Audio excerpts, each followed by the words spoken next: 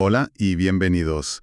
Hoy vamos a meternos en un tema que la verdad me apetece un montón. Vamos a intentar construir una máquina para captar clientes y hacerlo desde cero. Para esto tenemos sobre la mesa una pila de documentos bastante potente, la verdad. Guías de Shopify, de SEMrush, apuntes de un curso de inteligencia de mercados y hasta una presentación de publicidad digital. La misión, bueno, es usar todo esto para montar esa máquina. Primero dibujaremos el plano, o sea, la estrategia que lo define todo. Luego instalaremos el panel de control, con todas las métricas para saber si vamos bien, no. Y al final veremos qué herramientas usar para ponerla a punto y que funcione a pleno rendimiento. El objetivo es destilar qué es lo que de verdad funciona. Me encanta la metáfora de la máquina porque es muy precisa. Es un sistema donde cada pieza cuenta. Y como dicen todas las fuentes, el primer ajuste que hay que hacerle a esta máquina es cambiarle el combustible. Hay que dejar de funcionar con las métricas de vanidad, como los me gusta, los seguidores, y empezar a usar datos que impactan de verdad en la cuenta de resultados. Y eso nos lleva a la pregunta que va a ser el motor de toda nuestra conversación. O sea, ¿cómo se invierte el presupuesto de marketing de la forma más inteligente y sostenible posible? Para que esta máquina no solo funcione, sino que sea rentable. Perfecto, pues empecemos por los planos. Vamos al lío. Hay una distinción en la presentación de publicidad que me parece el cimiento de todo esto. Marketing no es lo mismo que publicidad. Parece súper básico, pero creo que la mayoría de la gente, y bueno, incluso muchas empresas, los usan como sinónimos. Totalmente. Y no es una distinción trivial, para nada. La presentación cita a Peter Drucker, que venía a decir que el objetivo del marketing es entender tan bien al cliente que el producto pues casi se venda solo. La publicidad es solo el altavoz, ¿sabes? Una de las muchas herramientas para comunicar el valor que ya has creado con tu marketing. Es la consecuencia, no el punto de partida. Claro, es que si el producto es malo o no responde a una necesidad real, puedes gastar millones en publicidad, pero va a ser un fracaso. Y aquí es donde entra un cambio de mentalidad que mencionan las fuentes y que a mí me parece fascinante. La evolución de las 4P a las 4C. Es, es pasar de mirarse el ombligo a mirar por un telescopio al cliente. El modelo clásico de las 4P será: tengo un producto, le pongo un precio, busco una plaza, un lugar donde venderlo y le hago promoción. Todo gira en torno a la empresa. Y el modelo de las 4C lo invierte por completo. En lugar de producto, piensas en el consumidor y en lo que necesita. El precio se convierte en el coste total para esa persona, que no es solo el dinero, ¿eh?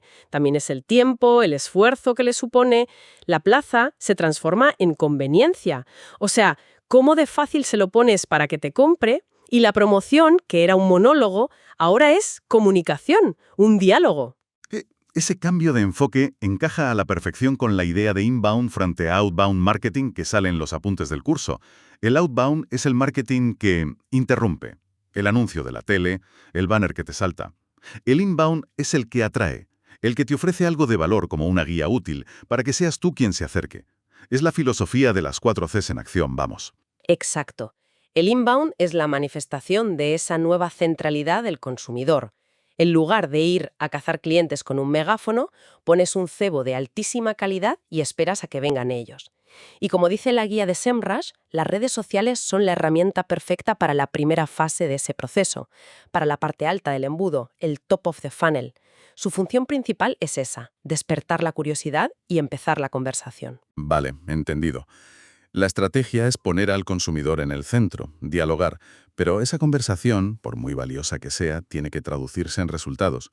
Si soy el director financiero de la empresa, te voy a preguntar: oye, estupendo, ¿y esta conversación cómo se refleja en los números? Supongo que ahí es donde entra el panel de control, las métricas, duras, ¿no? Precisamente. Y aquí es donde la máquina se pone seria. Si la estrategia son los planos, las métricas son el cuadro de mandos, con todas las luces y los indicadores. Todos los documentos, pero sobre todo la guía de Shopify, coinciden en que hay dos indicadores que lo gobiernan casi todo. El primero es el coste de adquisición de clientes, el famoso CAC. El cálculo es directo. Toda la inversión en marketing y ventas de un periodo dividida entre el número de clientes nuevos que has conseguido. Y me gusta que la guía de Shopify dé cifras concretas, porque ayuda a anclar el concepto, ¿sabes? El CAC promedio en software, en SaaS, es de unos $205. En comercio minoritario baja a 87 y en moda se queda en unos $129. Te da una referencia. Ya. Pero fijarse solo en el CAC es como conducir mirando solo el gasto instantáneo de combustible. Es importante, sí, pero te falta la información clave. ¿Cuántos kilómetros vas a poder hacer con ese depósito? Esa otra mitad de la historia es el valor de vida del cliente, o CLV.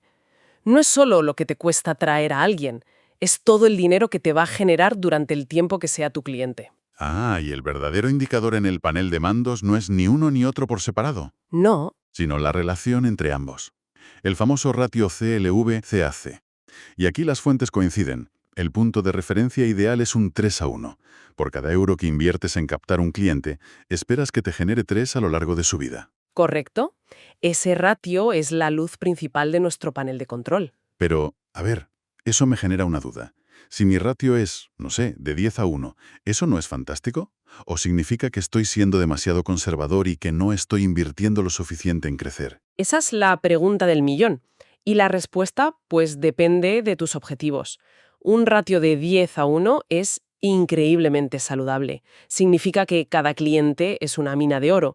Pero sí puede ser una señal de que tienes mucho margen para ser más agresivo en tu marketing. Podrías permitirte un CAC más alto para captar más cuota de mercado porque tus clientes son rentabilísimos. Por otro lado, un ratio de 1:1 significa que estás perdiendo dinero. El 3:1 es ese punto de equilibrio entre rentabilidad y un crecimiento sano, sostenible. Es que esto lo cambia todo. La guía de Shopify tiene un ejemplo práctico que es brillante. Te presentan dos escenarios. Un cliente que llega por un anuncio en Google Ads te cuesta $50 de CAC, pero resulta que su CLV es de $350. El ratio es 7:1. Espectacular. Y luego tienes un cliente que viene de Pinterest y solo te cuesta $30. A primera vista dices, genial, este es mi canal. Pero es que resulta que el CLV de estos clientes es de solo $90. El ratio es 3:1, justo en el límite. Sin mirar el ratio completo, la decisión lógica sería apostar todo por Pinterest, porque es más barato. Pero la realidad es que Google Ads, aunque es más caro al principio, es un canal muchísimo más rentable a largo plazo. Es una decisión totalmente contraintuitiva si solo miras el coste de adquisición. Y una vez que tienes controlados estos dos grandes indicadores, surgen otros que te dan más detalles, claro. El ROAS, el retorno de la inversión publicitaria, es como el ratio CLV-CAC, pero en miniatura, ¿sabes? A corto plazo. Y luego la tasa de retención y la tasa de abandono, el churn, dos caras de la misma moneda. Y aquí todas las fuentes son unánimes. Es mucho más barato y rentable mantener a un cliente que conseguir uno nuevo. De hecho, la guía de Shopify menciona que la tasa de retención media en e-commerce es de solo un 30%. O sea, el 70% de los clientes no vuelve a comprar. Vaya tela. Exacto. Recuerdo un proyecto en el que el equipo de marketing estaba obsesionado con bajar el CAC. Celebraban cada céntimo que ahorraban, pero nadie miraba la tasa de abandono, que era altísima. Estaban llenando un cubo con agujeros y no se daban cuenta. Se felicitaban por echar agua más barata al cubo, pero el cubo se vaciaba igual de rápido. La retención es tapar esos agujeros. Vale, entonces ya tenemos el panel de control, sabemos qué medir. Pero tener los datos es una cosa y saber qué hacer con ellos es otra. Aquí es donde empezamos a hablar de las herramientas para poner a punto la máquina. Y los apuntes del curso introducen dos conceptos clave: atribución y optimización. Empecemos por la atribución, que intenta resolver el mayor dolor de cabeza de cualquier responsable de marketing. Si una persona ve un anuncio tuyo en Instagram, luego te busca en Google y una semana después compra porque le llega un email, ¿quién se lleva la medalla? ¿Instagram, Google o el email? La pregunta del millón. Si le das todo el mérito al último, al email, que es lo que hace el modelo de último clic, corres el riesgo de apagar la inversión en Instagram y Google y de repente darte cuenta de que los emails ya no funcionan porque nadie te está descubriendo. Se te seca el embudo por arriba. Exacto. Por eso existen otros modelos, como el lineal, que reparte el mérito a partes iguales entre todos los puntos de contacto. No hay un modelo perfecto, ¿eh? La elección depende de tu negocio. Si vendes productos de compra impulsiva, el último clic puede tener sentido. Si vendes algo que requiere una larga deliberación, como un coche, un modelo que valore todos los contactos es más justo. Lo crucial es ser consciente de qué modelo usas y por qué. porque eso va a determinar dónde pones el dinero. Y una vez que la atribución te ayuda a entender qué canales funcionan, entra la optimización para que funcionen todavía mejor. Aquí me encanta el concepto de CRO, la optimización de la tasa de conversión, y el ejemplo de las pruebas A/B. Es que es aplicar el método científico al marketing, básicamente. En lugar de opinar si un botón de comprar debería ser rojo o azul basándonos en gustos, lo probamos.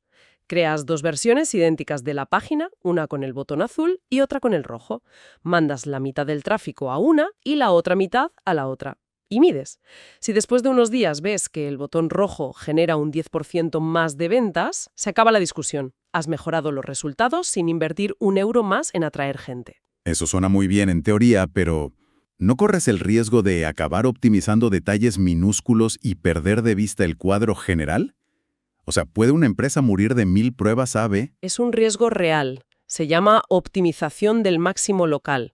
Te puedes pasar meses optimizando el color del botón para conseguir una mejora del 2%, cuando a lo mejor un cambio radical en la propuesta de valor de la página te daría un 50%.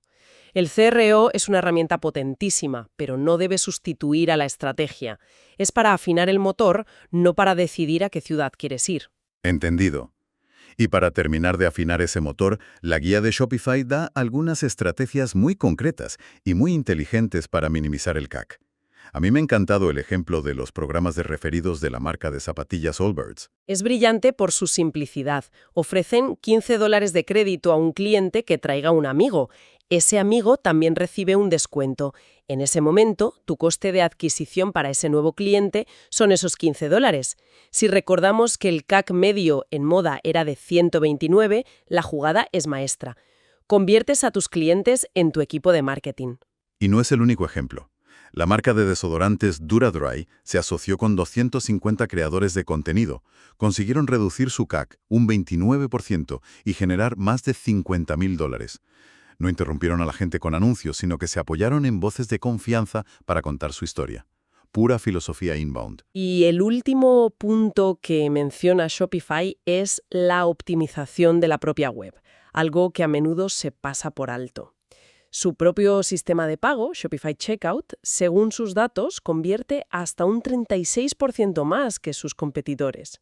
A veces, la mayor palanca de crecimiento no está en gastar más en anuncios, sino en eliminar un solo campo innecesario en tu formulario de pago. Lo que me queda claro después de revisar todo esto es que las métricas no son islas. Funcionan como un sistema. Un CAC bajo parece una victoria. Pero, como bien resumen las fuentes, si va acompañado de una alta tasa de abandono y un CLV bajo, solo significa que estás atrayendo a los clientes equivocados. Gente que compra una vez por un descuento y nunca más vuelve. La visión tiene que ser holística. Hay que entender cómo cada decisión, desde la elección de un modelo de atribución hasta el color de un botón, afecta al conjunto de la máquina, a su rentabilidad a largo plazo. Totalmente. Si volvemos a nuestra metáfora del principio, hemos hecho todo el recorrido. Hemos partido de los planos estratégicos con el cambio a las 4C y el enfoque inbound. Hemos instalado el panel de control, con sus indicadores clave, sobre todo ese ratio CLV-CAC que lo ilumina todo. Y finalmente, hemos visto las herramientas de afinación, la atribución para saber dónde invertir, el CRO para mejorar la eficiencia y tácticas como los referidos para un crecimiento más orgánico. La gran conclusión que extraigo de todas las fuentes es que construir una máquina de adquisición de clientes sostenible no va de encontrar un truco mágico, va de entender y optimizar un sistema complejo. Sin duda, se trata de entender el sistema completo. Y esto me lleva a una reflexión final que los documentos no abordan, pero que creo que es el siguiente paso. Todo lo que hemos discutido se centra en optimizar y medir los recorridos del cliente que ya conocemos, el embudo de ventas, los puntos de contacto en redes, las búsquedas en Google. Son caminos más o menos predecibles que intentamos mejorar. Pero esto plantea una pregunta importante. A medida que la inteligencia artificial generativa empieza a crear contenido, a actuar como asistente de compras y surgen nuevas formas de interacción, ¿cómo va a cambiar el propio concepto de recorrido del cliente? La próxima gran oportunidad podría no estar en seguir optimizando el embudo actual, sino en prepararse para formas completamente nuevas en que los clientes descubren, evalúan e interactúan con las marcas. Formas que nuestro panel de control actual, con las métricas que hemos discutido hoy, quizás aún no es capaz de capturar.